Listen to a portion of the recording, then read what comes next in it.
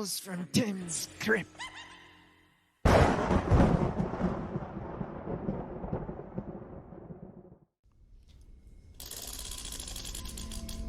I missed my number again. But this week, I've got a masterful story from Tim's Book of Tales. I titled this one, Tim's 7 Deadly Hobby Sins.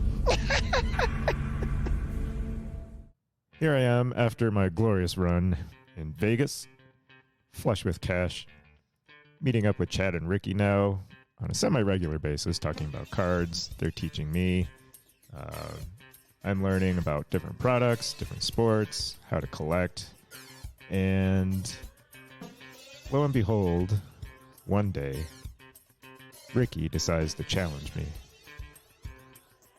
Challenges me to buy a $15,000 product out of nowhere. I knew nothing about this at the time. He says, it's called the Master Collection. Hey, Tim, if you want to be a real collector, you need this 2015 Upper Deck Master Collection. For only $15,000, you can be the proud owner of every major superstar's autograph. $15,000 sounded like a great price. I knew nothing about it, but it just sounded amazing. But don't worry, Tim. I won't send you the link. You don't dare buy this product. And that's exactly where pride got the best of me. There was no way I'm going to let Ricky tell me what I could not do. I'd show him. And I did. Couple clicks later, $15,000 disappeared from my bank account. But on the way in the mail was a glorious box of a product called 2015 Upper Deck Master Collection. So hey, Chad and Ricky, guess what I got? What? Another hot pack of cards? It's not Allen and Ginter. What is it? It's a little bit more expensive than that. It's a $15,000 box of Master Collection, like you said I should get. What? Yeah! Yeah. As we're sitting there waiting in anticipation of this box's arrival, couldn't help but daydream about what it might hold within. Specifically, each of these boxes came with a secret redemption, the list of which included some ridiculous things such as an autographed motorcycle, autographed by Michael Jordan himself, a Stanley Cup, an actual Stanley Cup, championship rings, signed gloves, signed hockey sticks, used game gear. The list went on. So as Chad and Ricky made preparations for this glorious night. Tim, Chad is over getting his crimson jacket out of the mothballs. I have my best black bow tie off to the dry cleaners. We have a date with destiny. Woo! And what exactly does that mean, Ricky? You might ask. Inside these boxes, there's all sorts of glory. There is an autographed acrylic box topper inside the lid of the box. There are 25 different cards in these autograph sets of Hall of Famers from every single sport that you can imagine. The Mount Rushmore. You got Jordan, Gretzky, LeBron James, Tiger Woods, Peyton Manning. The list went on. Arnold Palmer. Quite the list of autos that anybody could dream of owning. But me, filled with my greed, I wanted more out of this box, and so the more I read up on it, the more I learned. There was also a Michael Jordan card containing actual diamonds, randomized to one that would have either 3 to 6 diamonds in it, so you didn't know how many you were going to get. There is an autographed masterful pairing that counts as an original one-of-one art card. There were dual autographs, and also a cut signature card. Last but not least, there is a mystery redemption for an expensive piece of sports memorabilia inside. Hey, Tim. I'm excited for this box and all, with the Jordan and the Mike Tyson and all the great autos. But what I'm most excited about is this big hit. No matter what hit you get, it's going to be incredible. Whether it's a championship ring or a trophy of some sort. Trophy? Like the Stanley Cup? Yeah. The Stanley Cup would be cool, but that's only like 1 out of 50 different prizes you could get. This is true. I mean, there's a motorcycle. Yeah. There's some used gloves. Right. There's some hockey gear. Right. But none of them compare to the Stanley Cup. But Tim, you have to admit you'd still be excited if you got a pair of Muhammad Ali's gloves. No, doesn't compare to the Stanley Cup, Lord Stanley's Cup. God, Tim, you're being so greedy. I am. The night finally arrives. Nice big heavy box in hand. Finally crack this baby open, cutting the seal on the outside box that it shipped in. In anticipation, we tear away some of the bubble wrap, the packing paper, and finally get to a plain white box that just has the Upper Deck logo on it. Buried inside, the 2015 Upper Deck Master Collection. And this thing was heavy. Took probably all of my strength to lift this out of this box. And cutting this open, buried inside was something even more glorious. Nice, heavy wooden box made out of mahogany. You could smell the fresh cut wood that it was made out of. Lifting this up, breaking the seal, just like you breaking a seal on a National Treasures box when it gets that nice little pop and crack. Opening this box was glorious.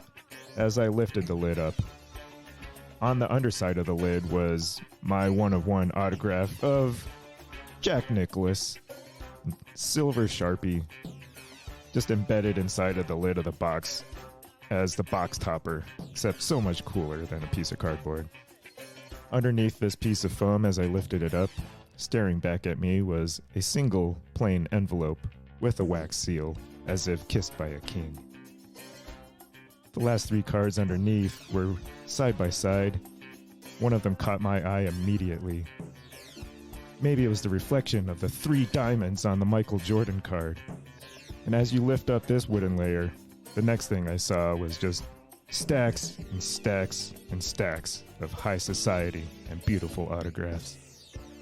But I wasn't the only one who saw this. Tim, oh my God. Barry Sanders, Larry Bird, Danica Patrick, Joe Namath, Mike Tyson, Nolan Ryan, Bobby Orr, Emmett Smith, John Elway, Ken Griffey Jr., Jerry Rice, Maria Sharapova, Jack Nicklaus, Mark McGuire, Mark Messier, in addition to the greats. Like Tony Hawk. Yes. Michael Jordan, Gretzky, LeBron, Tiger, Peyton. What a crazy list. Oh my God. As we're doing this, everybody on Facebook who we're streaming to live, we're showing these off one by one as we pull them out of the card. Oh my gosh, here is the Jordan on card. Hey Chad, you think we can get away with a couple of these cards? We treat them way better than Tim. Ricky, Chad, knock it off. Quit lusting over these cards. They're all mine. As we're pulling out each of these cards one by one, admiring each, passing them back and forth to each other, high-fiving, fist bumping, taking shots of whiskey, we're holding up each one to the camera so that everybody else in the audience can see on Facebook. And as we get to the final auto, there was one last thing to show the audience. One last thing that I've been waiting to open this entire time. And it was that beautiful little nondescript envelope with that wax seal on it. As I crack it open, I try to not spoil the contents in anticipation of finding out what this was. I only wanted one prize, and that was the Lord Stanley's Cup. As my hands trembled, I broke the seal, pulled out the redemption card inside, and as I'm showing the camera, I accidentally flashed the entire code to everybody on Facebook. Tim, what have you done? You literally just gave a championship football ring away to anyone in that Facebook room. You idiot! For the rest of the night, I incurred the wrath of Chad and Ricky, tainting the entire experience. After breaking this glorious product, my greed got the best of me from here. I just went nuts, engorging myself on product after product after product via breakers online. No product was safe. Started with Allen and Ginter, worked my way up to unlicensed baseball products like Panini, Immaculate. Not knowing any better, I tore open cases of this and bought into breaks of National Treasures. From there, went to Flawless. As I spent more and more, I learned even more about the hobby. Learned about every single product that was out there over the course of a year. No product was safe. I bought into every single break possible, sometimes spending hundreds, sometimes thousands in a single night, chasing after who knows what. I remember one night hopping into Topps Tribute. This was not my first time joining one of these random team breaks, but night after night I was just buying multiple teams that I thought had a cool checklist. Always involved the Red Sox, the Yankees, of course the White Sox, trying to hit some Frank Thomas relics, and even the Cubs on occasion, trying to hit some Chris Bryant. During one of these breaks of Topps Tribute, one of the coolest hits popped up ever. One of the hits was Giancarlo Stanton. Not just a patch relic, not just a napkin patch, but it had a sticker on it that showed exactly what game it came from. And the relic was one of the coolest things ever. It was a piece of ball from a home run that he had hit during that game. Never in my life had I seen such a cool card. Did it make all of these breaks worth it? Absolutely. It just fed the fire within. I kept chasing, product after product. There was no end in sight until my bank account started feeling the burden of all these breaks. I was single-handedly keeping these breakers in business, to the point where one day I held a poll in the group of one of the break groups that I first joined, Liberty Bell Breaks.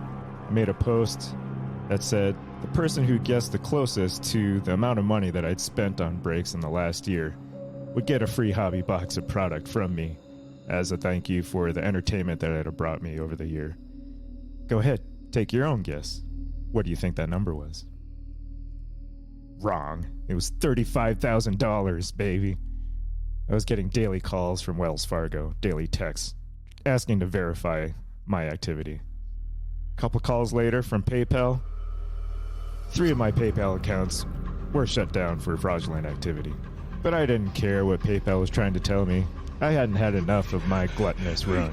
Realizing that I needed a better plan of attack, I had to run this all by Chad and Ricky to see what I was maybe doing wrong in the hobby.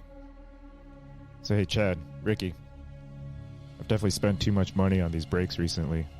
I've already sold all that I can on eBay. What do you guys think about me selling off the Master Collection? What? Are you an idiot?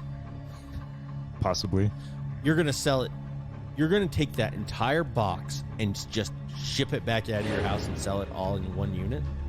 No, I'll break it down bit by bit. What? What do you mean, what? Why would you break it down bit by bit?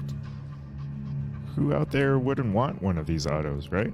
I mean, that way everybody can have a little piece of the pie. Jordan auto, LeBron auto, Gretzky, a little bit of everything for anybody interested. I'll break it all down. Maybe I'll do it as a random hit break. Everybody buys in a little bit. Every single person who buys in gets a guaranteed hit. What? Are you insane?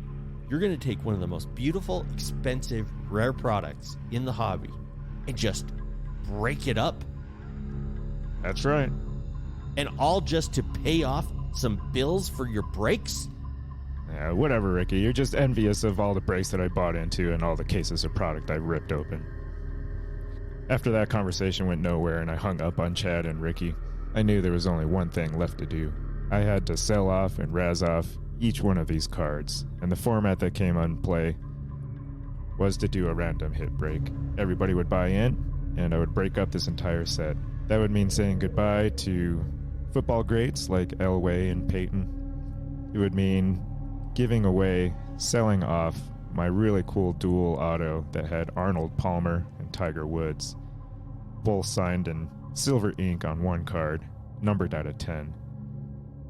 It also meant giving away my Tiger Woods 1/1 art print, autographed in gold. It also meant selling off that Michael Jordan diamond card. It also meant saying bye to the greatest football players of all time, like Jerry Rice. It also meant selling off some other sports greats, like Danica Patrick, Ken Griffey Jr., gone. Mark Messier, gone.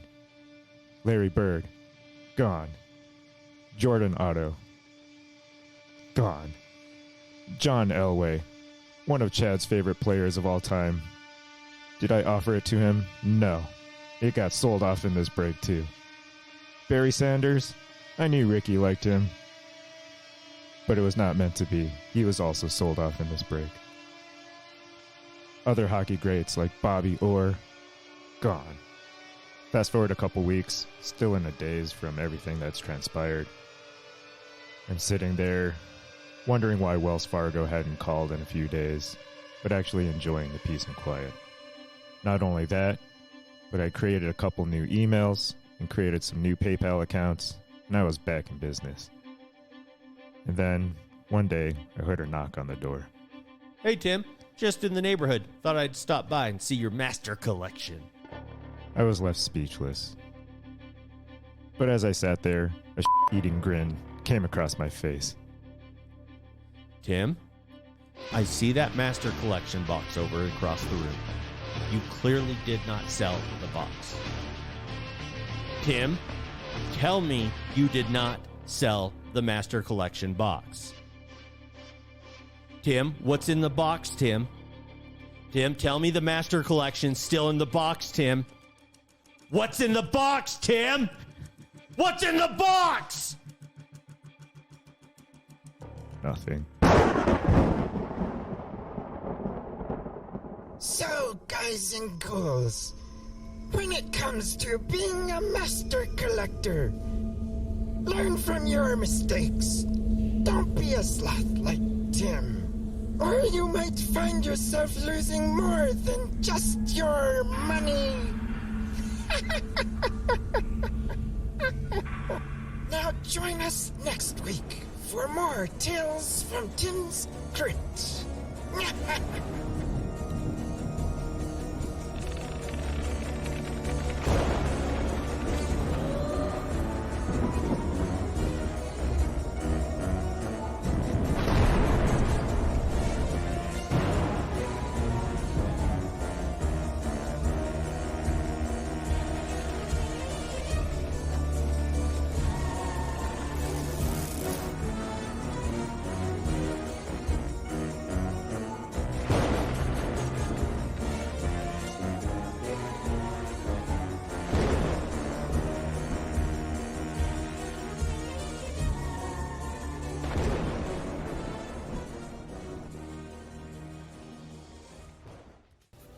And you feel it, and it feels like a bag of sand when you're touching it. Bag of sand? You know what I mean. Why don't we just play? Why don't you just deal the cards? What are you talking about? Have you ever felt